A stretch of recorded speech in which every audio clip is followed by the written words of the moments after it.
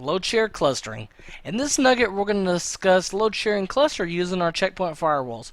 We're going to discuss why choose load sharing clustering over a high availability mode clustering that we also discussed in this series.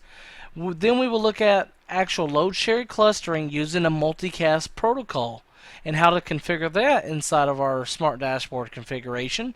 Then we will look at load share clustering using a unicast or pivot mode type of protocol.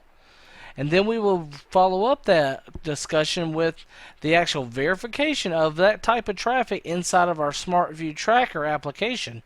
I think you're really going to enjoy load share clustering. We're going to discuss the benefits of using this type of setup over the other type of choices and protocols that we have available. So let's continue on from here and work on load share clustering. So let's discuss setting up load sharing clusters. So you might ask yourself, why would you go with a load sharing cluster over a high availability cluster like we've already seen in this series when setting up a clustering solution using your checkpoint firewalls? Well, the main reason that you would use load sharing is when you need to have a much more resilient and an efficient use of your firewalls. Where you would typically see this and where you will benefit the most are in high traffic environments where one particular firewall, if it's getting all the traffic, could potentially run into performance problems because it is having to handle everything.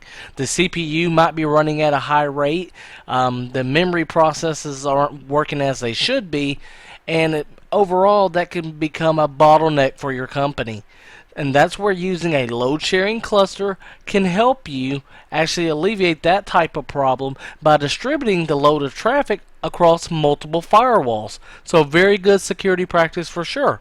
So what we're going to do in this particular nugget, as we can see, everything for our HA configuration on our nugget cluster here, under cluster XL, we can see right now we're in a high availability new mode configuration.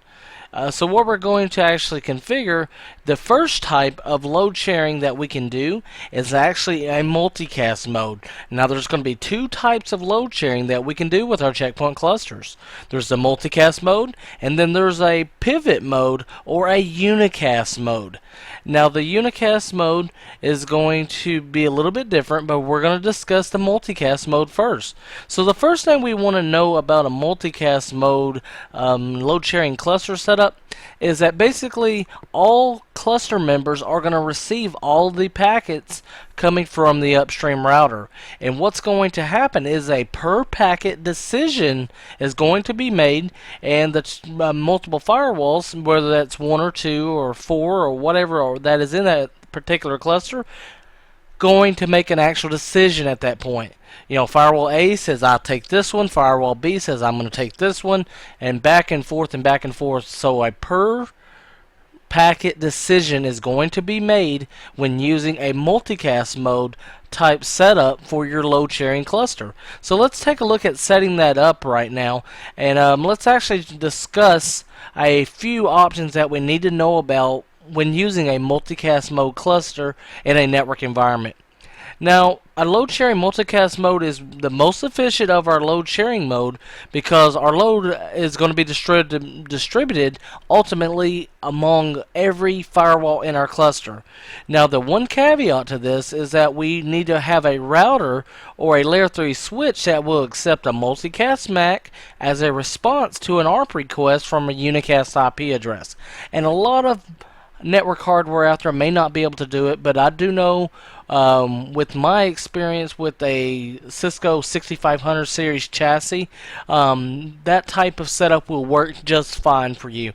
Now, I don't know what kind of switches or routers you have in your environment, but you could actually look at the Cluster XL user guide from Checkpoint, and you will see some recommendations about getting load sharing and different things working if you have some networking capabilities or problems that are outside the scope of this particular series that would have to do with, you know, a Cisco configuration or looking into some values for IGMP snooping, which is your typical problem that you're going to see when trying to get a cluster to work with different network vendors' hardware. But from that, let's go ahead and set up an actual multicast mode cluster, and what we're going to do is take an actual load share or a actual multicast high availability that we already have in place, and we're going to migrate it. So under Cluster XL, we can see that our current cluster mode is high availability new mode. So what we're going to do now is go ahead and migrate this particular setup to the actual load sharing multicast mode. So let's take a look at that now. So we're going to choose the load sharing option now, and we're going to choose multicast mode. Before we continue on, we're going to look at this advanced area, and what do we see here? Now we see our advanced load sharing configuration information, and we see our use sharing method based on IPs, ports, and SPIs, which is the default. Now what we need to know about this first value is that this is going to provide the best distribution of load sharing capabilities between your firewalls. It's going to be recommended by Checkpoint as your default value for setting up your load sharing cluster, and it's going to be the least sticky. So what does that mean? The sticky decision function, as you can see right here, is basically going to state a packet that begins on one firewall is going to be continued to remain on that firewall for incoming and outgoing traffic, meaning that it's going to be sticky, staying on one firewall for ingress and egress traffic. So that's the main thing we need to know about what sticky decision function is. Now the next one we see here as an option is IPs and ports for the actual sharing method. Where you will typically need to set this is if you're having a problem getting a VPN to form with a third-party peer such as Cisco. Some IPsec packets need to make sure that you maintain one cluster member or one peer on your side when negotiating a VPN with a third-party VPN such as Cisco. That causes some kind of problems from time to time with IPsec negotiation with a Cisco PIX or an ASA, for example. And that's where you would typically use this value.